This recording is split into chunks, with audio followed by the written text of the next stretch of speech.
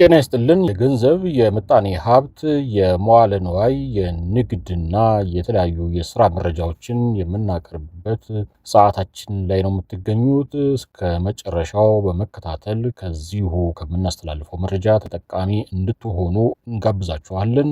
ሰብስክራይብ፣ ላይክ፣ ሼር ማድረግንም እንዳትዘነጉ እናስታውሳችኋለን። ለዛሬ ወደ አጠናቀርናቸው መረጃዎች ነው የምናልፈው። ተከታተሉ። የኢትዮጵያ የባህር በር ጥያቄ ከጎረቤት ሀገራት ጋር ትስስርን የበለጠ የሚያጠናክር እንጂ ግጭት ቀስቃሽ አለመሆኑን የኢፌዴሪ መከላከያ ሰራዊት አስታውቋል። የሰራዊቱ የትምህርትና ስልጠና ዋና መምሪያ ኃላፊ ጀነራል ይመር መኮንን ይህንን ያሉት ብሔራዊ የኢትዮጵያ ሰራዊት ማህበር የባህር በርን በተመለከተ ባዘጋጀው የፓናል ውይይት ላይ ነው። ኢትዮጵያ የባህር በር ጉዳይ የህልውና ጉዳይ መሆኑን በይፋ በመግለጽ ይህንኑ ፍላጎቷን ለማሳካት የተለያዩ እንቅስቃሴዎች ማድረግ ከጀመረች ሰንብታለች። አጀንዳው ወደፊት ከመጣ ካለፉት ጥቂት ዓመታት ወዲህም በተለያዩ መድረኮች መነጋገሪያ መሆኑ እንደቀጠለ ነው። ብሔራዊ የኢትዮጵያ ሰራዊት ማህበርም በጉዳዩ ዙሪያ የውይይት መድረክ አሰናድቶ ነበር። በመድረኩ ላይ ንግግር ያደረጉት የአገር መከላከያ ሰራዊት የትምህርትና ስልጠና ዋና መምሪያ ኃላፊ ጀነራል ይመር መኮንን ስለ ቀይ ባህር ሲያነሱ ታሪክን መለስ ብለው አጣቅሰዋል። በዚህ ንግግራቸውም ጥያቄው የቅርብ ጊዜ የፖለቲካ ፍላጎት አይደለም ነበረ። ምስራቅ አፍሪካ ክፍለ አህጉር የራሱ የሆኑ ጂኦፖለቲካዊ ባህሪያት ያሉት አካባቢ ነው።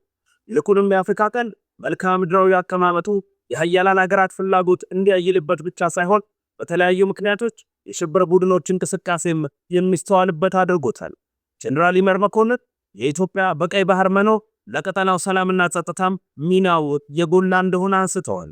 የባህር በር ጉዳይ ከፖለቲካ ፓርቲ፣ ከሃይማኖት፣ ከብሔርና ከሌሎች ልዩነቶች በላይ እንደ ሀገር ልንቆምለት የሚገባ ብሔራዊ ጥቅም ነው ያሉት ደግሞ በኢፌዴሪ መከላከያ ሰራዊት የውጭ ግንኙነትና ወታደራዊ ትብብር ዳይሬክተር ሜጀር ጀነራል ተሾመ ገመቹ ናቸው።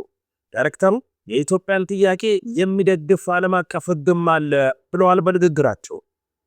ላንድ ሎክድ የሆኑ ሀገሮች ምን ማድረግ ይችላሉ? የባህር በር ማግኘት ይችላሉ። ሕጋዊ መሰረት አለ ብሎ በዓለም ሕግ የወጣው ሲፈጠሩ ያለ ውሃ የተፈጠሩ ነገሮች ውሃ እንዲያገኙ ነው። የውሃ አክሰስ እንዲያገኙ ነው። የባህር በር እንዲኖራቸው ነው። ይሄ ገመድ ያጥፈናል። የኢትዮጵያ ኬዝ ግን ስፔሻል ኬዝ ነው። እኛ ከውሃ ጋር ነው የተፈጠርነው። እኛ ከውሃ ጋር ነበርን። ውሃው እኛ ነበረ፣ ወደቡ እኛ ነበረ። ስፔሻል ኬዝ ስለሆነ ደብል መብት አለን እኛ ለመጠየቅ። ታሪክ የሚባለው ግን ታሪክ ምናምን ሳይሆን ታሪኩ ምንድነው? ኦሽን ሊንክድ ናት ኢትዮጵያ የሌለውን ለማንሳት በዚህ ብቻ ማሸነፍ እንችላለን። በዚህ ቦታ ብቻ ማሸነፍ እንችላለን። ይሄንን ያዙ። ገና የሆነ አዲስ ነገር እንደምንጠይቅ ሳይሆን ኦሽን ሊንክድ ለነበረን ሀገር በሰው ሰራሽ ስራ የተዘጋብንን ማስከፈት ማለት ነው። አዲስ በር አንሰራ። ሜጀር ጀነራል ተሾመ ገመቹ በስራ ክፍላቸው ዲፕሎማሲያዊ ባህሪ አንፃር የኢትዮጵያ ጥያቄ ዓለም አቀፋዊ ድጋፍም እያገኘ ስለመምጣቱ መረጃ እንዳላቸው ጠቅሰው ተናግረዋል። ጥያቄው ምላሽ እንዲያገኝ የሚያስችሉ ከዓለም አቀፍ ልምዶችም አንስተዋል። በዚህ አውድ ሰሜን አፍሪካዊቷ ሞሮኮ ከጎረቤት ሀገራት ጋር በጋራ የምትጠቀምበት ሁኔታ መኖሩንም ጠቅሰዋል።